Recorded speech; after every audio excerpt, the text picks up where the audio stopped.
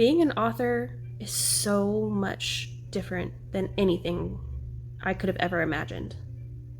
When I was in college, I always had this dream of being a published author. At the time, I had my heart set on being a traditionally published author. I actually didn't even know that self-publishing existed. And this was way back in 2009, when I was first starting college and writing fan fiction.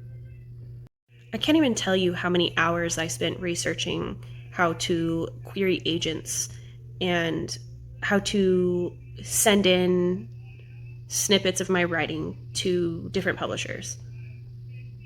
But it didn't take long to figure out that I was going about it all wrong.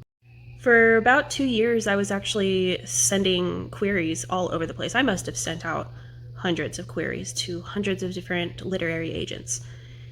And one after another, the denials just came flooding in. And that's if they even bothered to even respond to my query, which I can tell you that not everybody responds to queries. So I was very disheartened when I first started writing. I had my stories written, but I had nothing to do with them. I had no place for them. I couldn't get paid for writing them. So they just sat there on my computer for years. And then one day, I discovered self-publishing, and a whole new world opened up to me. But now that I have been in the business for about 3, almost 4 years, I can tell you that self-publishing is infinitely more challenging than I ever imagined it could be. It's not just about writing your story and then clicking publish. There's so much that goes into creating a quality piece of work. And I'm not just talking about money. I'm also talking about time, patience, emotions, sanity, mental health. It took so much trial and error for me to figure out what I was doing wrong and what I needed to do better. The first book that I ever published was horrible. I can admit that. It was horrible. It was poorly edited. It was novice writing. It sounded like a high school essay. And yeah, I published it for all the world to see. But I look back on my earlier work now, and I realize just how much I've grown through trial and error on my own of just perfecting my writing style, the genre that I want to write in, the types of stories that I feel like telling, and the voice that I want to tell it in. All of that comes with experience. And I feel like self-publishing has allowed me to expand on my own skills and to hone my own skills the hard way. And some days are better than others. Some days I wake up and I'm so excited to start a story. I'm excited for the characters. I'm excited for the plot. I'm excited to create a brand new world. So on those days, I'll sit down and I'll bust out 5 chapters. 5 chapters in one day. Like it's nothing.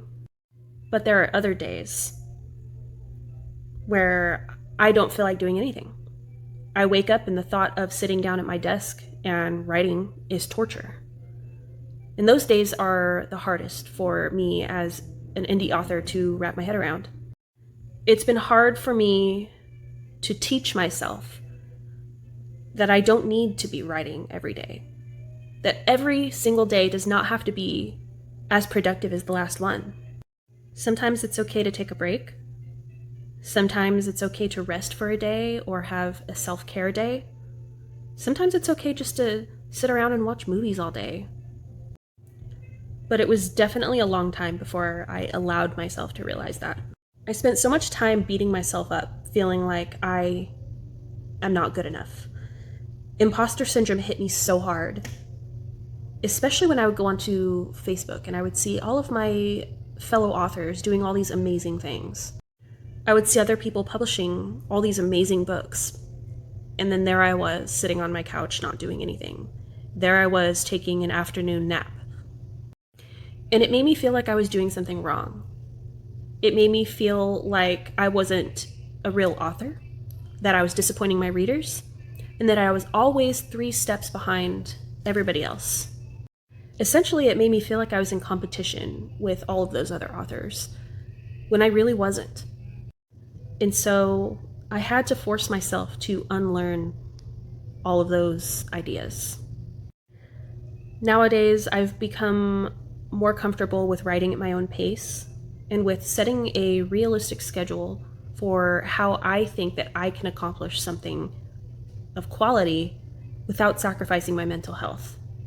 I've realized that since I do have ADHD, that I work better under pressure, which is why I've taken to setting pre-order dates for any books that I have coming up, because it gives me a deadline to work towards, and I found that that is something that I personally need.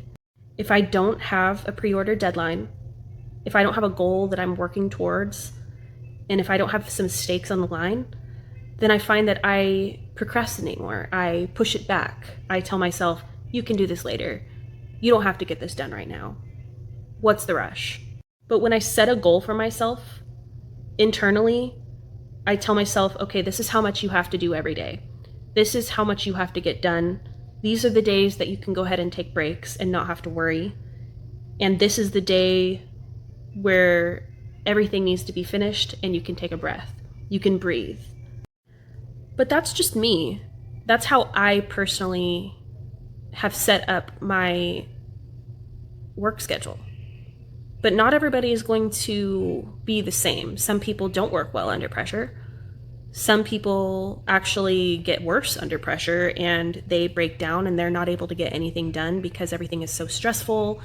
So not everybody is going to have that same schedule. So I've realized that it's okay.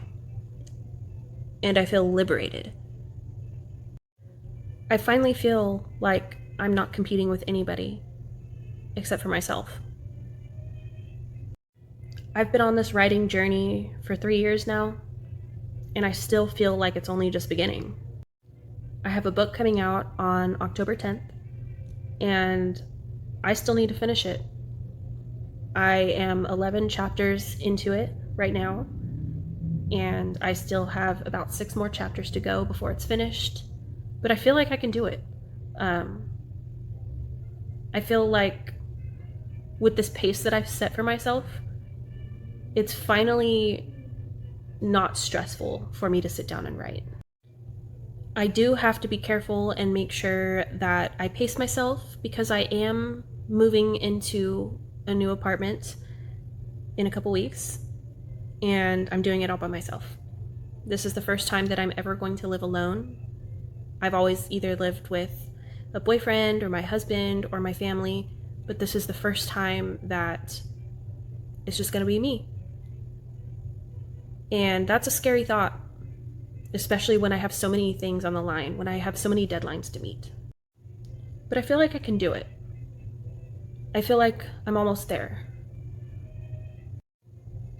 It's all just got to be at my own pace. And that's okay.